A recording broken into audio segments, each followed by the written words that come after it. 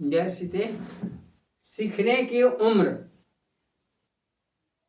सीखने की उम्र शीर्षक से मैं आपके सामने एक प्रेरणादायक कथा सुना रहा हूं।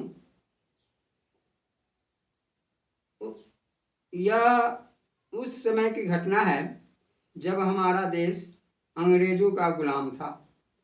महाराष्ट्र के एक गांव की पाठशाला का निरीक्षण करने के लिए वहां के निरीक्षक पहुंचे। उसका नाम था विनायक। वहां के शिक्षक बच्चों को अंग्रेजी और मराठी में पढ़ा रहे थे।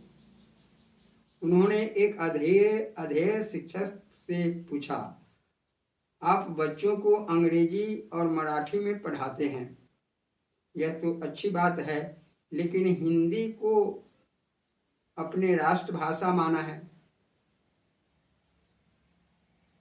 देश के कोने कोने में हिंदी पढ़ी और बोली जाती है।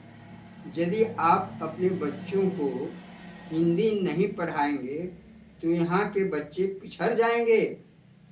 आप इन्हें हिंदी में भी पढ़ाया करें। शिक्षक बोला, सर हमें हिंदी आती ही नहीं तो हम पढ़ाएंगे कैसे? विनायक बोले, हिंदी सीखना आसान है, आप हिंदी सीख लीजिए। लेकिन शिक्षक हिंदी सीखने को तैयार नहीं था। वह बोला, सर आप जो कह रहे हैं वह तो ठीक है, लेकिन अब इस उम्र में हम कोई नई भाषा नहीं सीख पाएंगे। इस समय हमें जो कुछ आता है उससे ही जितना चाहे काम ले लें। आप चाहे तो 6 घंटे के बजाय 8 घंटे काम करा लें, लेकिन नई पढ़ाई न कराएं।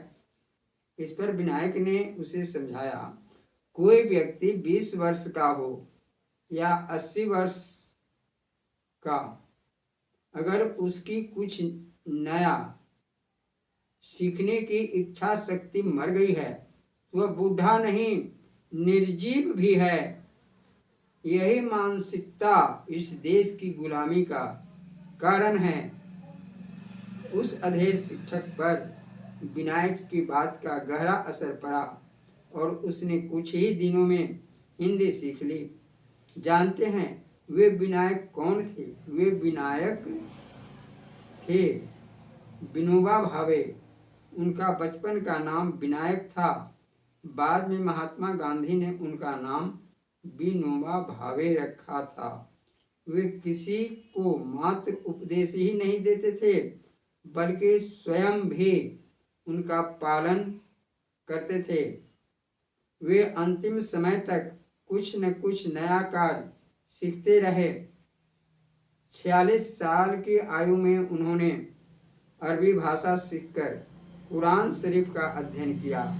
यही नहीं, सभी धर्मों को समझने के लिए उन्होंने 16 भाषाएं सीखी। जय श्री सीते। यह कथा प्रसंग आपको अच्छा लगे तो कृपया इसे बार बार सुनने का प्रयास करेंगे। जय सीते, जय सीते।